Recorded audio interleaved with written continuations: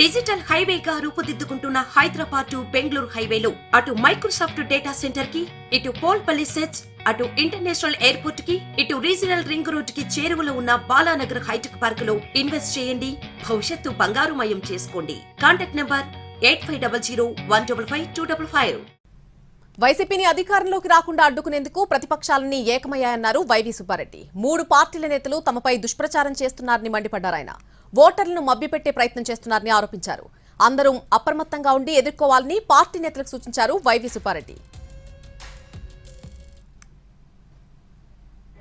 ఎట్టి పరిస్థితుల్లో మన ప్రభుత్వాన్ని గద్దెదించాలి. ఎట్టి పరిస్థితుల్లో వీళ్ళని మళ్ళా అధికారంలోకి రానికూడదు.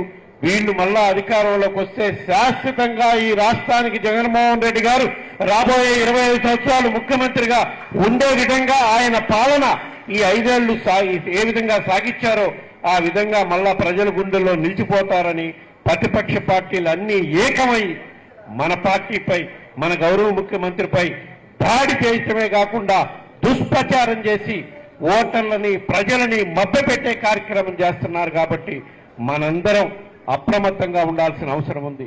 ఎందుకంటే ఇదివరకు 2 పార్టీలే ఉన్నాయి, ఇప్పుడు కొత్తగా 3వ పార్టీ కూడా చేరింది. ముగ్గురు కలిసి వస్తున్నాం, మేము రాష్ట్రాన్ని అభివృద్ధి చేస్తున్నాం అని చెప్పి వీళ్ళు మనల్ని అభివృద్ధి చేయడానికి వస్తున్నాం అని చెప్పి మరొకసారి మభ్యపెట్టే